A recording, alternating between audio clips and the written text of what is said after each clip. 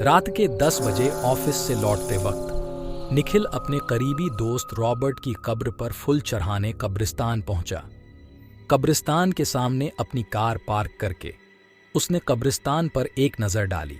रात के वक्त पूरी तरह सुमसाम था, इतना कि हवा के झोंके से पेड़ से गिरने वाले पत्तों की आवाज भी उसे साफ सुनाई दे रही थी। उसने कब्रिस्तान में जाकर अपने साथ लाए हुए आर्किड के फूल रॉबर्ट की कब्र पर रख दिए और 2 मिनट मौन करते हुए खड़ा रहा। फिर जब वह वापस बाहर आने के लिए पीछे मुड़ा, तब उसे एक कब्र पर बैठी छोटी बच्ची दिखाई दी। बच्ची के हाथ में एक हरे रंग का कांच का टूटा टुकड़ा था, जिसे वह बार बार आंख पर लगा के आसपास की कब्रों को देख रही थी। निखिल कुछ मिनट वहीं खड़े रहकर उस बच्ची को देखता रहा। वह इंतजार कर रहा था कोई उस बच्ची की पहचान का आए और उसे सही सलामत अपने साथ घर ले जाए, पर ऐसा हुआ नहीं। फिर निखिल उस बच्ची के पास जाकर खड़ा हुआ। निखिल की तरफ देखते हुए वह छोटी बच्ची मुस्कुराई। निखिल ने पूछा, अरे छोटी, तुम अकेली यहाँ पर क्या कर रही हो और तुम्हारे माता पिता कहाँ पर है? फिर वह बोली, मेरे मम्मी पापा अगले कब्रिस्तान में गए हैं, वो वहाँ पर रहते हैं। वहाँ से कुछ ही दूर एक और कब्रिस्तान था, इसलिए निखिल को लगा कि बच्ची शायद उसी कब्रिस्तान के आसपास कहीं रहती होगी। इसे शायद ठीक से पता याद नहीं होगा। फिर निखिल ने पूछा कि तुम यहाँ अकेली क्यों बैठी हो? तुम्हारे साथ कोई बड़ा नहीं है? बच्ची ने जवाब दिया, मेरे पिताजी मुझे यहाँ छोड़ के गए हैं। निखिल ने सोचा कि कैसा निर्दयी बाप होगा, अपनी बेटी को कोई इस तरह कब्रिस्तान में छोड़ के जाता है भला। निखिल उस छोटी बच्ची से इतनी बातें कर रहा था, पर उसका ध्यान सिर्फ उस कांच के टुकड़े में ही था। वह बस उसमें एक आंख बंद करके इधर उधर देख रही थी। निखिल ने आखिर उस बच्ची से पूछ ही लिया कि तुम कांच में से क्या देख रही हो?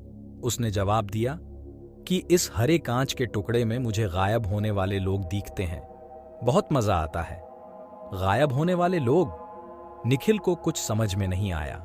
वह बच्ची के साथ और कुछ देर खड़ा रहा, फिर उसे गोद में उठाकर कब्रिस्तान से बाहर निकल आया। चलते चलते गोद में बैठी उस बच्ची ने अपना नाम त्रिशा बताया।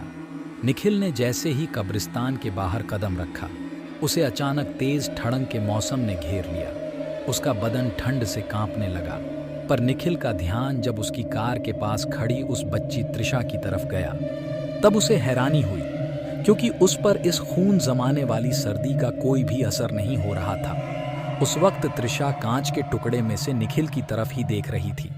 तभी उसके चेहरे के हाव भाव अचानक से बदलने लगे। वह बोली, अंकल, आपके पीछे से कोई है? निखिल ने पीछे मुड़कर देखा तो उसे कोई भी नहीं दिखा। उसे लगा कि त्रिशा शायद मजाक कर रही होगी। फिर वह बोला, त्रिशा बेटा चलो गाड़ी में बैठो, मैं तुम्हें तुम्हारे घर छोड़ देता हूं। उसी वक्त त्रिशा बोली, अंकल, आप भी कांच से गायब होने वाले लोगों को देखो ना। निखिल बोला, मैं बाद में देखूंगा, बस तुम अब कार में बैठो। पर बच्ची ने जिद पकड़ ली कि अभी के अभी देखना ही होगा। उसकी जिद पर निखिल ने जब वह कांच का टुकड़ा अपनी आंख के सामने लाया और जब उसी कांच के टुकड़े से उसने अपने आसपास नजर डाली, तो 3 बदसूरत जले हुए प्रेत निखिल को घेर के खड़े थे और त्रिशा की जगह उसे एक छोटा पिशाच दिख रहा था, जो उसकी तरफ देखते हुए अपनी लाल टपका रहा था। यह सब कुछ उसे कुछ ही सेकंड्स में देखा था।